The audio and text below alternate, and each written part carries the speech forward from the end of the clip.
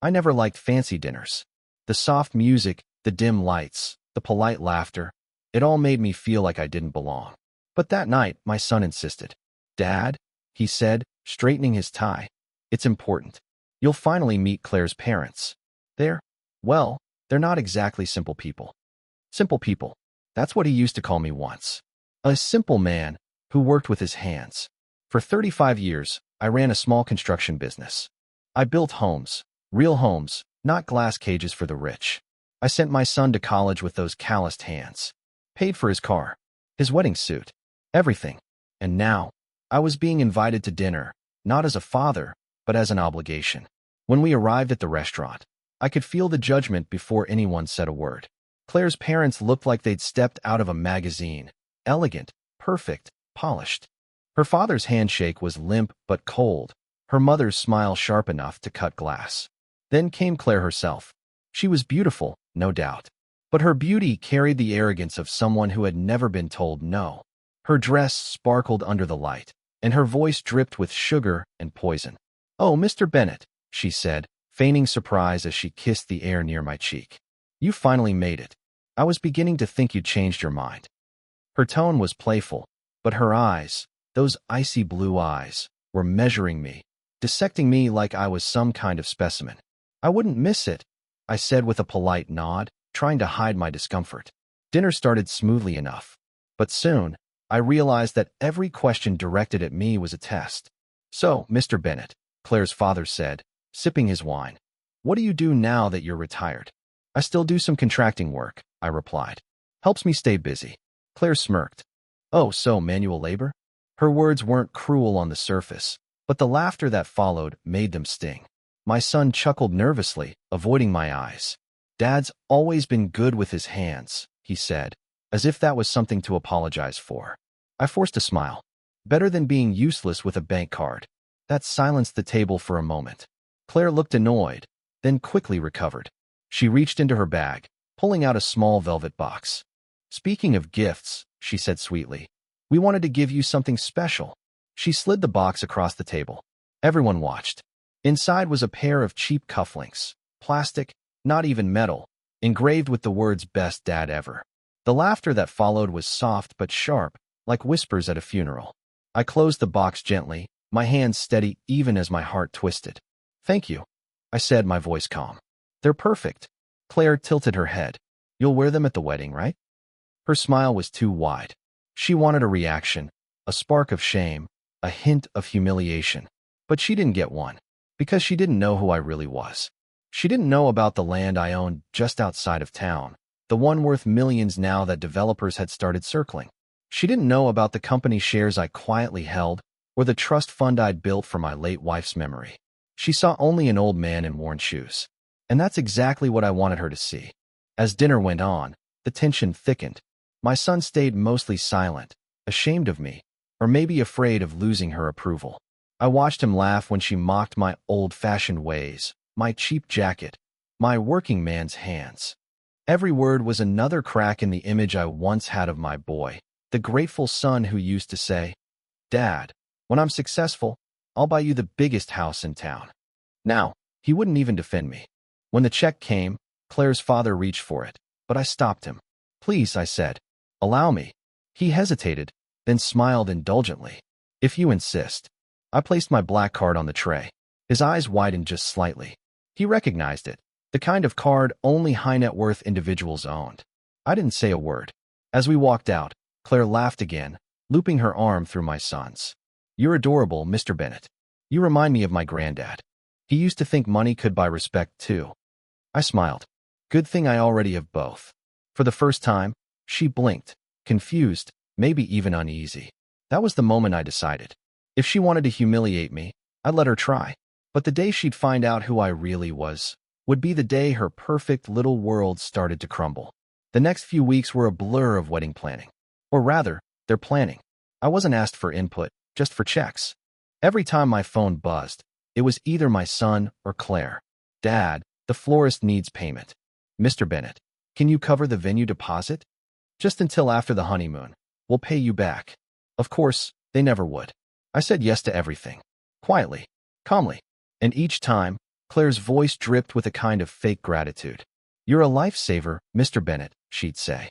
"Really, this wedding wouldn't happen without you." I knew what she meant. I was their wallet, not their family. Still, I kept my tone even, my words polite. I wanted to see how far she'd go, how deep her arrogance ran. Because there's something dangerous about people who think they've won before the game even starts. One afternoon, I stopped by their new house. My son had just moved in with her, and she was showing it off like a trophy. "Do you like it?" she asked as she walked me through the marble halls. "It's not huge, but it's elegant." It was huge. At least twice the size of the home I'd built with my bare hands years ago. I could see my reflection in the polished floors, the kind that never felt lived in. "It's nice," I said. "Expensive." She giggled. "Oh, Daddy helped a little. And Mark said you'd chip in for the backyard deck, right?" I looked at my son. He couldn't meet my eyes. "I can help," I said quietly. "But tell me, Claire, what's your family's business?" Her chin lifted. "Luxury event management. We handle upscale weddings, corporate galas, charity auctions." "Ah," I said. "So you plan the perfect wedding then?" She smiled, not catching the edge in my voice. "Exactly. Everything must be perfect." As she spoke, I noticed something in her eyes, a kind of thrill. Control. The same look I used to see in real estate agents when they'd talk down to contractors, pretending not to know that the guy in dirty boots actually owned half the property they stood on. When I left that day, I already knew. She didn't just want to marry my son. She wanted to humiliate me along the way, to prove her world was above mine. And I decided I'd let her. A week before the wedding, I was invited to a rehearsal dinner, the kind that was less about practice and more about showing off. The restaurant was high-end, crystal chandeliers, imported wine, waiters who spoke in whispers. Everyone was dressed to impress. Claire's family looked like royalty. Mine, like guests who'd stumbled into the wrong palace. I wore my best suit. Not new, but clean. Classic. My late wife bought it for our 25th anniversary. Every time I put it on, I felt her hand in mine again. When I walked in, the laughter dimmed just a little. Claire spotted me, her eyes scanning from my shoes to my hair. "Mr. Bennett," she said too loudly. "You made it. I was just telling everyone how down-to-earth you are." The guests chuckled softly. I smiled. That's one way to put it. Dinner began. Wine flowed. And then Claire stood up, holding a small gift bag. "I wanted to do something special for my soon-to-be father-in-law," she said, her voice sweet as syrup. I felt every eye turn to me. "I thought this would help you fit in better at the wedding," she continued. "A little upgrade." She handed me the bag. I opened it. Inside was a tie, bright gold, loud, flashy, the kind you'd never wear to a formal event. Laughter rippled through the table. "It's bold," I said quietly. "I knew you'd love it," she said, grinning. "You'll look so distinguished walking me down the aisle." My son laughed too, but it wasn't the laugh I remembered from his childhood. It was shallow, hollow, a laugh made to please others. I nodded, folded the tie neatly, and put it back into the bag. "Thank you," I said. "I'll wear it with pride."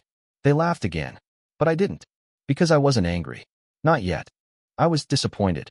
After dinner, I stepped outside for air. The night was cool, the city lights glittering in the distance. I looked at my reflection in the restaurant window, an old man in a cheap gold tie.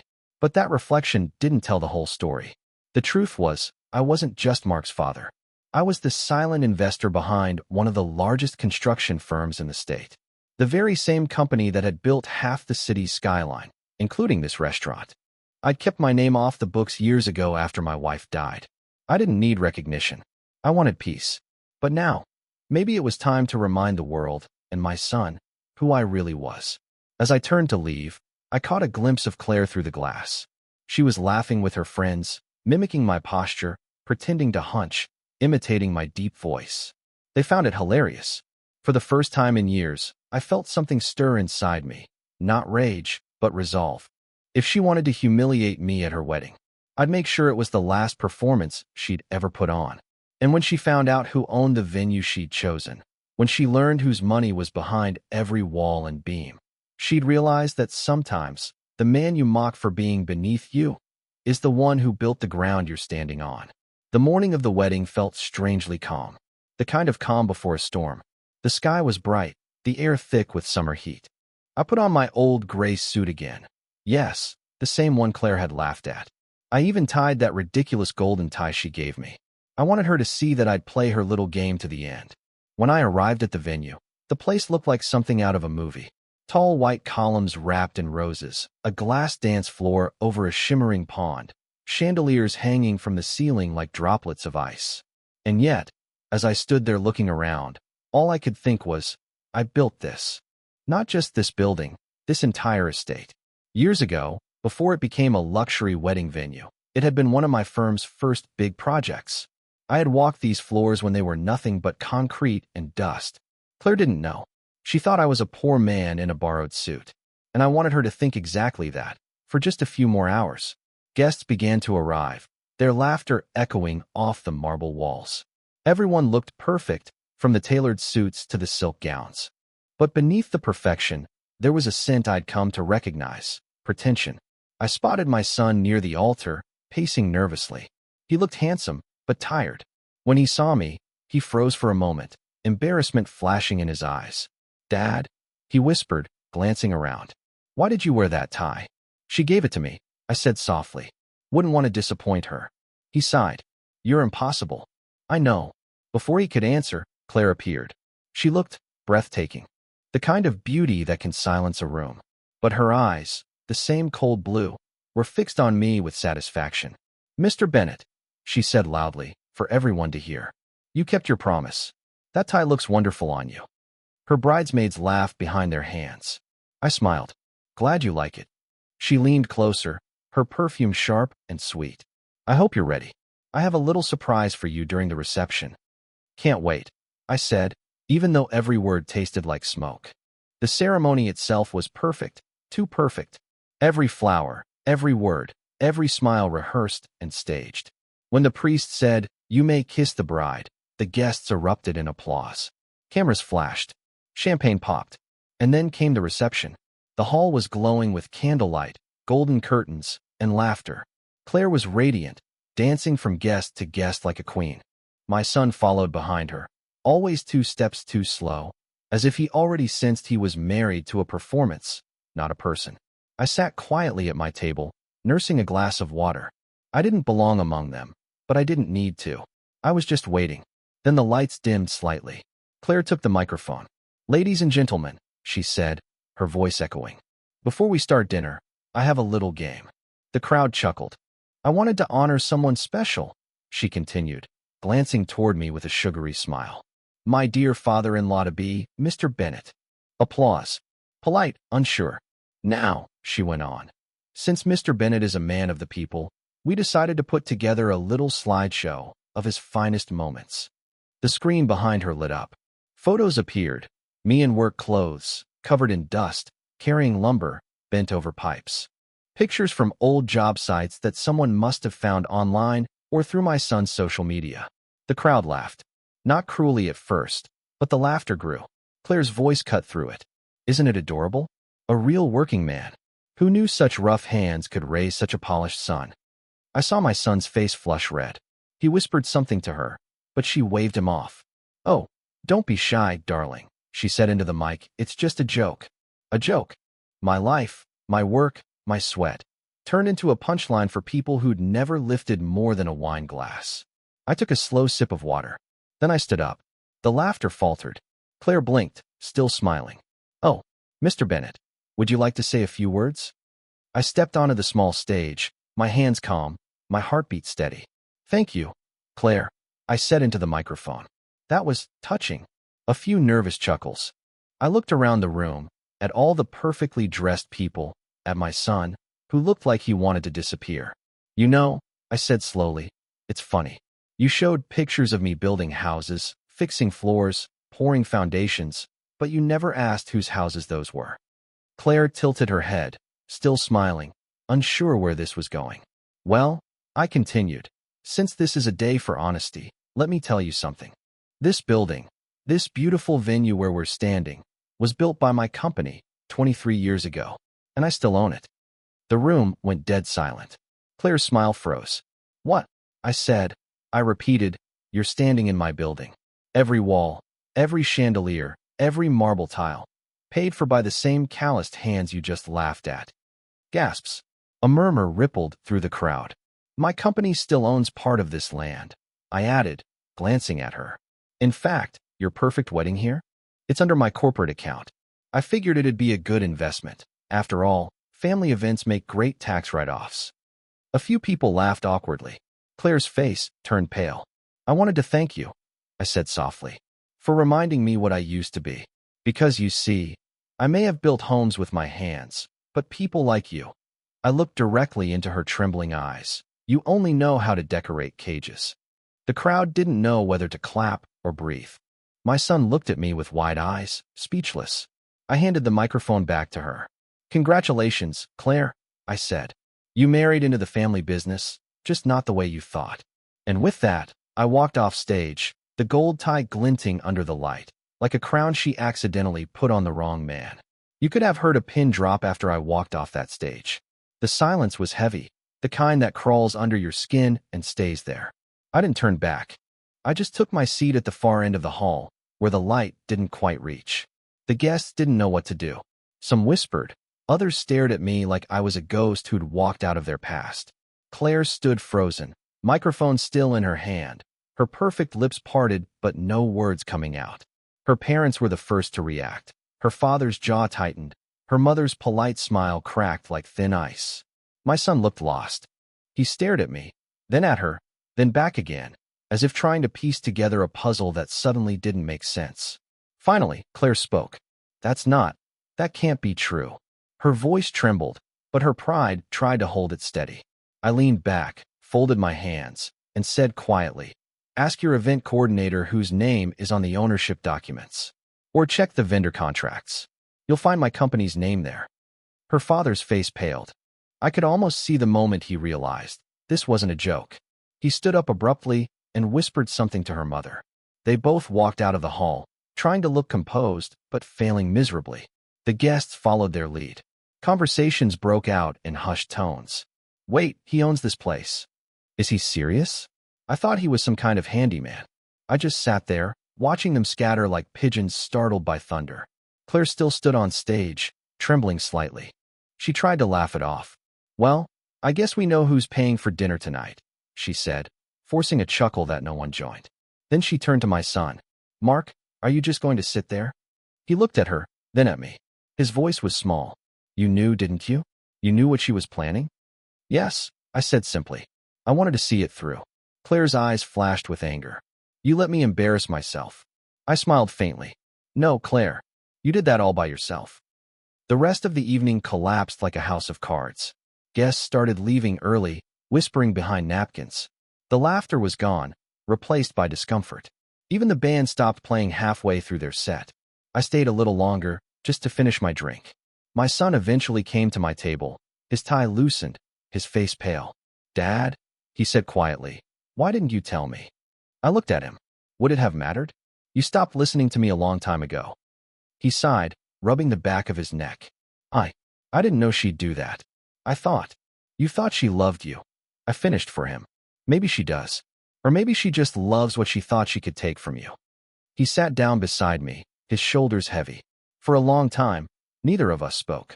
The music had stopped, but the silence between us said everything. Finally, he whispered, you were right about her, weren't you? I didn't want to be, I said. He nodded slowly.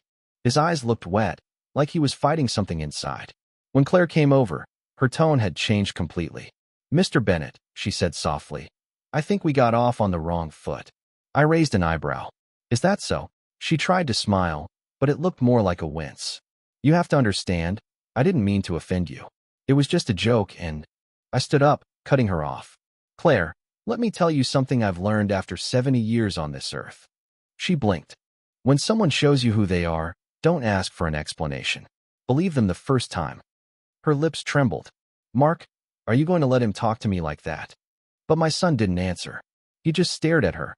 And for the first time, I saw his expression change. It wasn't love anymore. It was disappointment. I left soon after that. As I walked out of the venue, my venue, I felt the night air hit my face like cold water. There was no satisfaction in what I'd done. Not yet. Just a quiet kind of peace.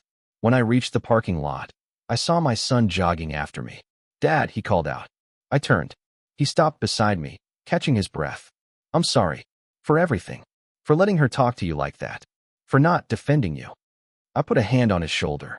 You don't owe me an apology, son. You just owe yourself better people. He looked down, nodding. I don't even know if I can go back in there. You don't have to. We stood there in silence for a moment. Then I pulled out a small envelope from my jacket pocket. What's that? He asked. Something I was saving for you, I said. But now I think you should have it sooner. He opened it. Inside was a property deed for a small plot of land outside the city, the same kind of place where I once started my business. Start something of your own, I told him. Not because she asked you to, but because you want to. He looked at me like he was seeing me for the first time. You're really not angry? Oh, I'm angry, I said with a smile. But I've learned that the best revenge isn't loud. It's living well enough that your enemies choke on their own regret. He laughed quietly, shaking his head. You really are something else, Dad. Just an old man with good timing. When I drove away, I passed the glowing lights of the venue one last time. I could see Claire through the window, crying quietly, her mascara running, her perfect world cracking apart. And for the first time that night, I allowed myself a smile. Because she had tried to humiliate me. But instead, she'd taught everyone in that room, including my son, a lesson I'd spent a lifetime learning. Never underestimate a man who built his own foundation. 3 weeks passed after the wedding. Long enough for the dust to settle, and for the truth to start circulating through the city like wildfire. It turned out that humiliation spreads fast, but so does revelation. People began talking. Those who had laughed that night now whispered about the old man who owned the venue, the builder-turned-millionaire, the father-in-law who put them all in their place. I didn't care for gossip, but I'll admit, hearing how quickly Claire's little social circle turned on her gave me a quiet sense of justice. As for my son, I didn't see him for almost 2 weeks. Then, one afternoon, I found him sitting on the porch of my old house, the same one I'd built with my bare hands decades ago. He looked different, tired, but clearer somehow, like a man who had finally stopped pretending. Dad, he said as I approached, she's gone. I didn't have to ask who he meant. She left. He nodded. After that night, things were never the same. Her parents demanded she fix the image problem. She blamed me for not defending her. We argued, and when she realized there wasn't a fortune waiting for her name on my accounts, she left. I leaned against the porch railing, listening. Did you love her? I asked. He stared out at the horizon. I thought I did, but I think I just loved what I wanted her to be. I nodded slowly. That's the hardest kind of love to lose, the kind that only existed in your head. He exhaled, long and heavy. I've been thinking about what you said, about building something of my own. He reached into his pocket and pulled out the deed I'd given him. That land you gave me, it's beautiful. I went out there. I want to build a workshop. Maybe start small. Something real. For the first time in years, I saw that spark again. The same one he used to have when he was a boy, hammering nails beside me in the garage. That's a good idea, I said, smiling. Build something with your hands. It'll remind you what pride really feels like. That evening, we shared dinner together for the first time in months. Just the two of us. No fancy plates, no crystal glasses, just stew and bread on the old wooden table. For a long time, we ate in silence. The kind of silence that isn't awkward, the kind that heals. When he finally spoke, his voice was quiet. You know, I used to be embarrassed by you.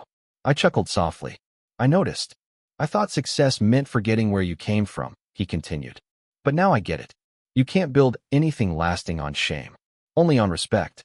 I looked at him, my son, older now, humbled, wiser. You finally learned the lesson I hoped you'd never have to learn the hard way. He smiled faintly. You were patient with me. I was angry too, I admitted. But patience and anger, they're not opposites. Sometimes one hides inside the other. A few days later, I received an envelope in the mail. No return address. Just my name, written in delicate cursive. Inside was a note from Claire. Mr. Bennett, I wanted to apologize. I was wrong about you, about everything.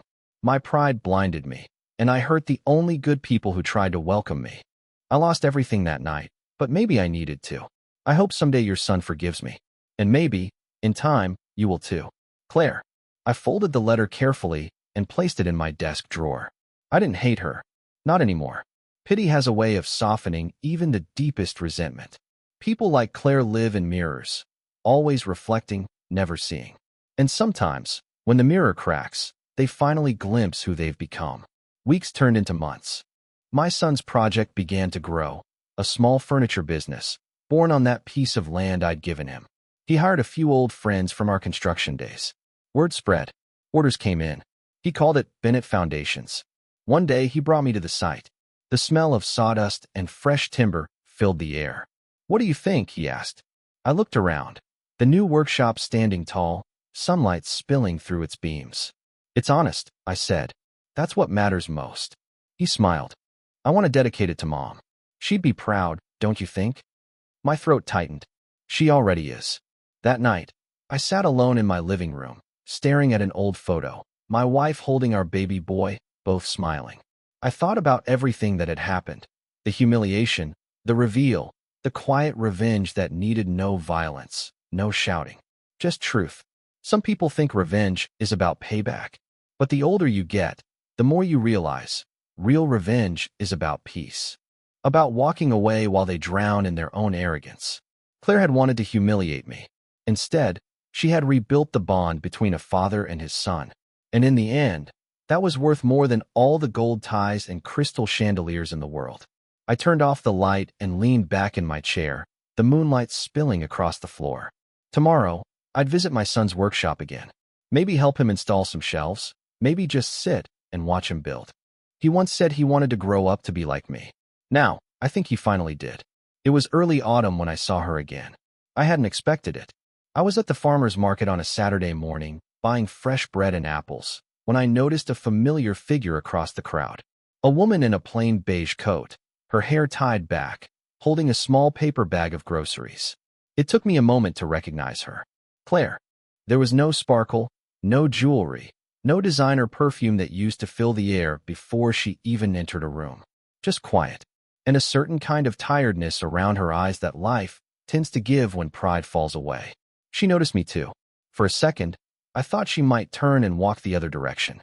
But instead, she took a hesitant step toward me. "Mr. Bennett," she said softly. I nodded. "Claire." She gave a small, sad smile. "You look well." "So do you." I lied. She glanced down, then met my eyes again. "I suppose you heard what happened." "I heard bits and pieces," I said carefully. She sighed. "My parents cut me off. The business suffered after that night. Nobody wanted to book us anymore. Reputation means everything in our world." Our world.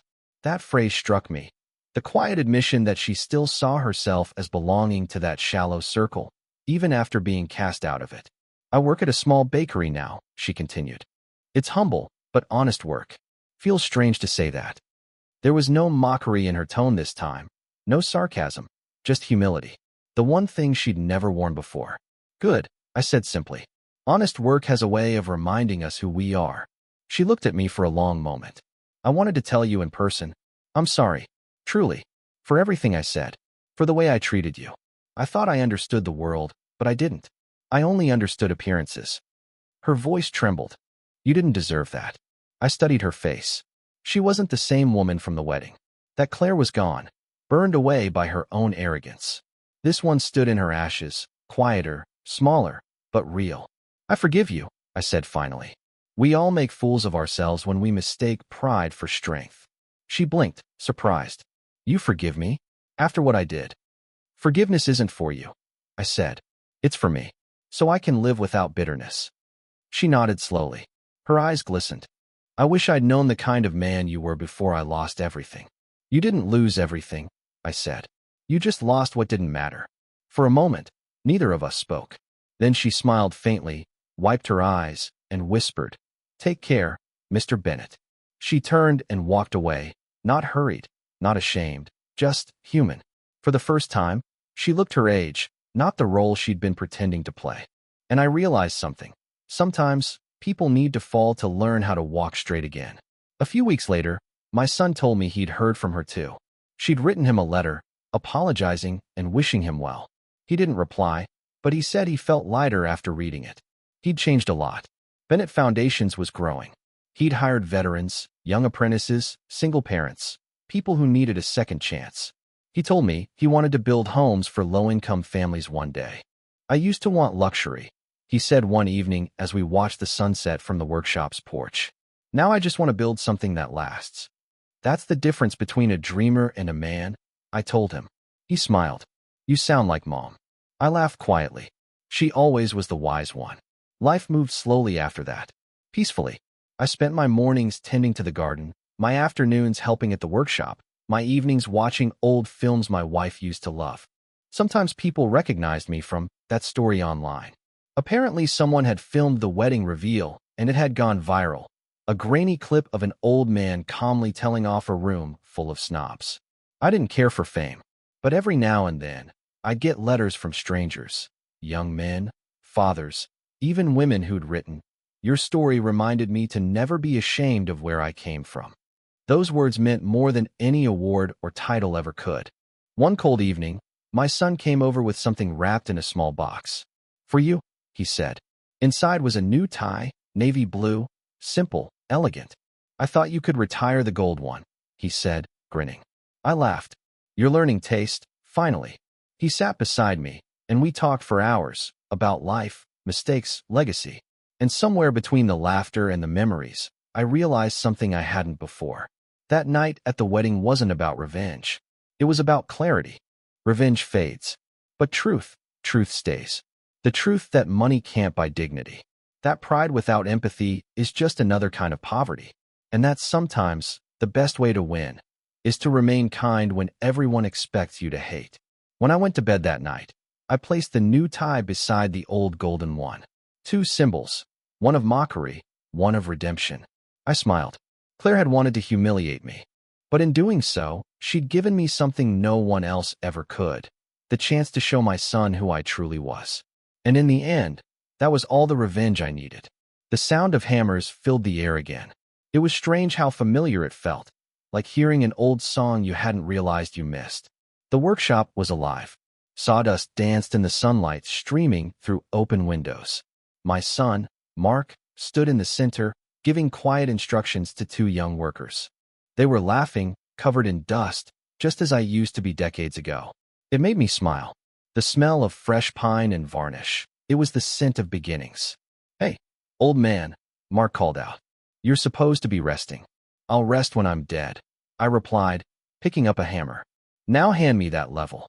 He laughed. "You never change. And I never will." We worked side by side for hours, barely speaking. We didn't need to.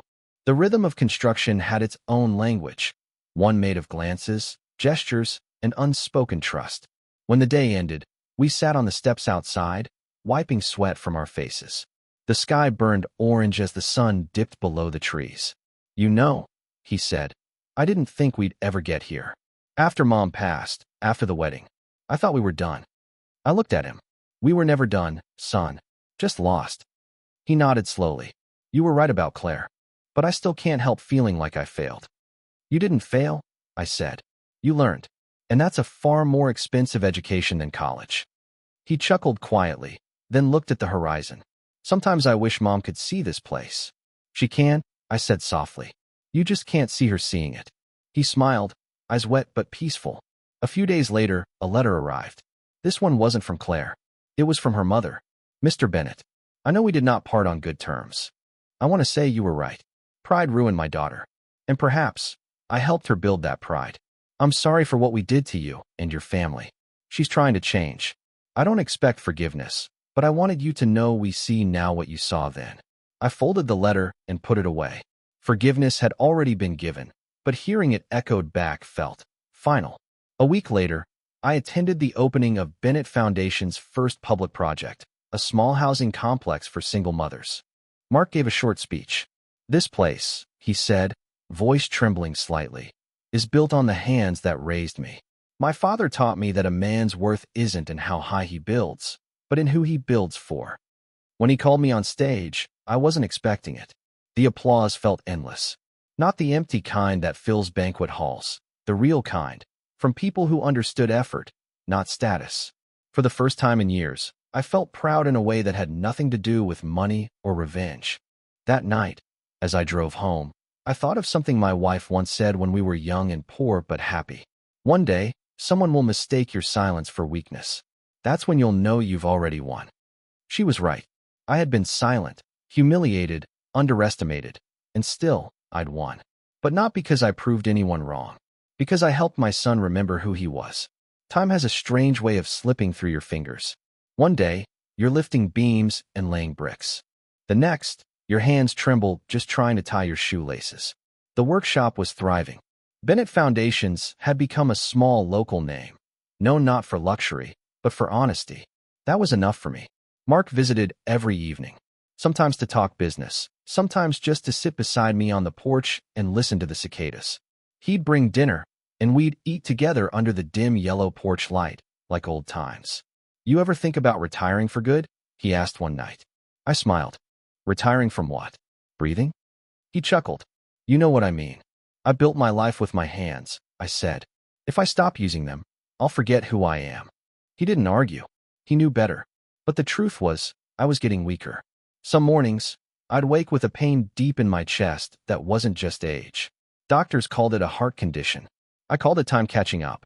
They told me to rest, to take pills, to slow down. As if slowing down wasn't what I'd been trying to avoid my whole life. Still, I didn't tell Mark how bad it was. He had his own life to build. The last thing I wanted was to make him carry mine.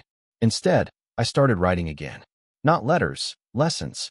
Small notes, folded into a leather notebook I kept by my bed. Things I wish someone had told me when I was his age.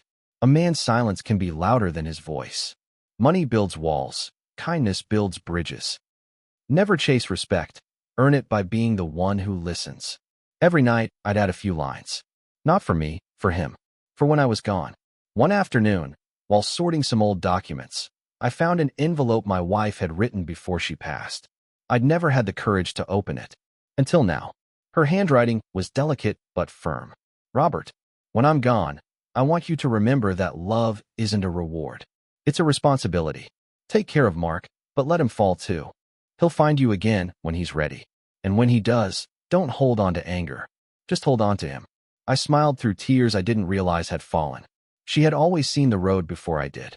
That evening, I called Mark to the house. When he arrived, I was sitting outside, the letter folded neatly beside me. "Everything okay, Dad?" he asked, concerned. "I'm fine," I said. "But it's time we talked about the company." He frowned. "What about it?" "I'm stepping back," I said simply. "It's yours now." He froze. "Dad, no, you built this.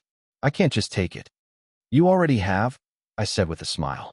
"You made it something I never could. You gave it heart. I built walls, you built homes." He looked down, struggling to find words. "I don't want to lose you." "You won't," I said. "You'll just carry me differently." Over the next few weeks, I spent more time at the workshop, not to work, but to watch. The young builders respected Mark. He led not with orders, but with example. I could see myself in him, the determination, the quiet patience. But he had something more. He had compassion that came from knowing what it felt like to fall and rise again. Every time he smiled at his workers, every time he stopped to help one of them fix a beam or measure a frame, I thought, my job is done. One night, I dreamed of my wife. She was standing in a doorway, sunlight behind her, smiling. Did I do enough? I asked her. She nodded. More than enough. When I woke, the pain in my chest was sharper. But I wasn't afraid. For the first time, I wasn't building anything. I was letting things stand on their own. As I closed my eyes that night, I thought about Claire. I didn't hate her, not anymore. She was just another lesson, another brick in the wall of who we'd become. Without her cruelty, we might have never found our strength. And maybe, in a strange way, that was her purpose. The crickets sang outside, the night air cool against my face. Tomorrow, I told myself, I'd visit the workshop again, just to see it one last time. I didn't know it then, but that tomorrow would be my final sunrise. The morning he didn't show up, everyone thought he'd just slept in. Mark arrived at his father's house around 9.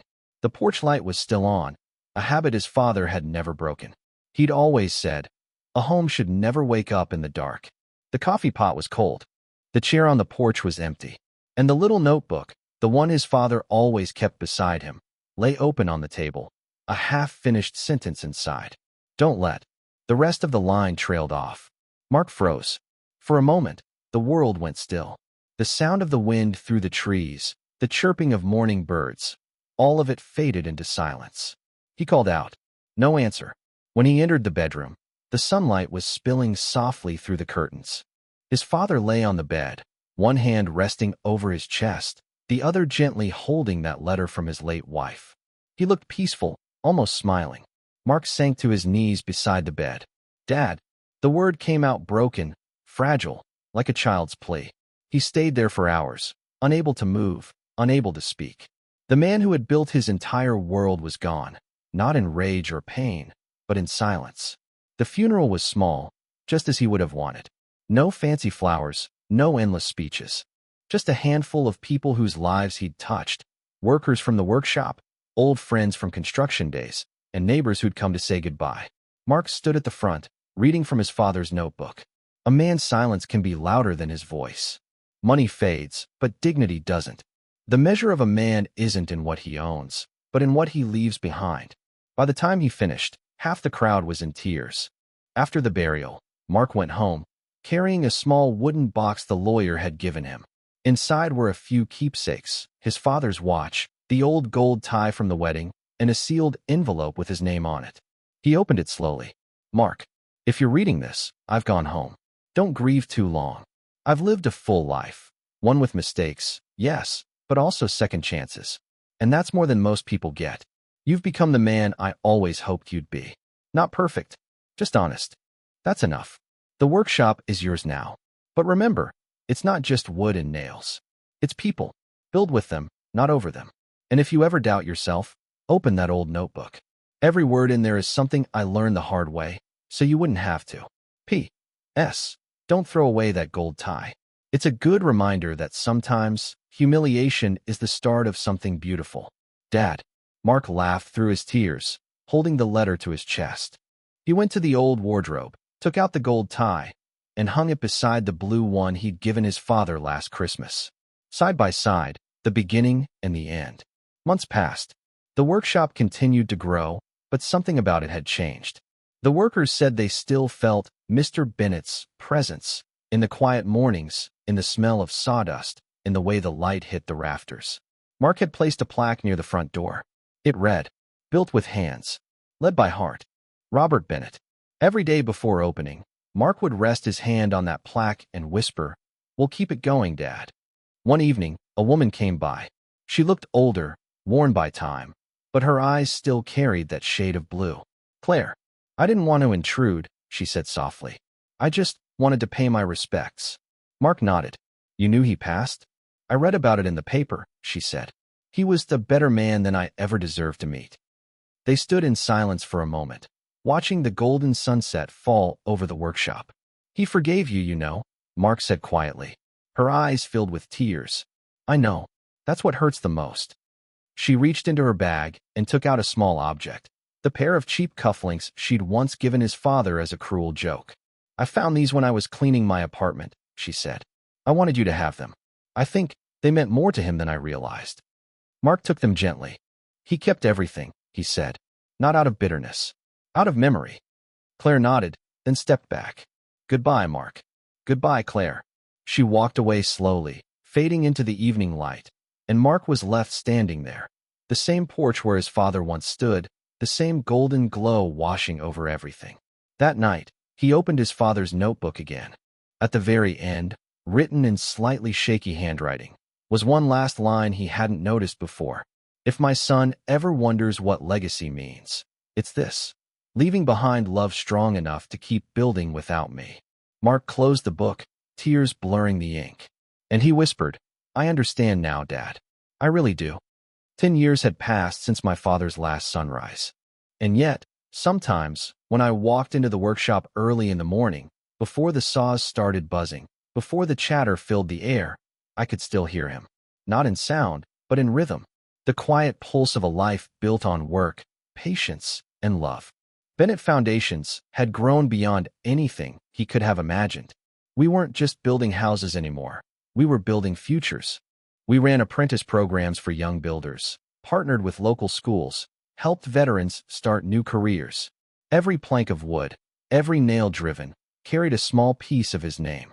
But the part one was most proud of stood at the far end of the property, a modest building made of stone and cedar, surrounded by a small garden of roses. A sign above the door read, "The Robert Bennett Center for Skilled Trades." We'd opened it 5 years after his passing. A school to teach young people the value of craftsmanship and integrity. The kind of place Dad would have loved. No suits, no speeches, just real work and real learning. Every wall inside carried one of his quotes, taken straight from the old notebook I'd found on his porch that morning. And right at the entrance, carved in wood, was the line he never got to finish. Don't let. Below it, I added the words myself. Don't let pride blind you to kindness. One afternoon, my son, little Robbie, 6 years old, ran into my office carrying a small golden tie. Dad, he shouted. Grandpa's tie came off the wall. I smiled. That's okay, buddy.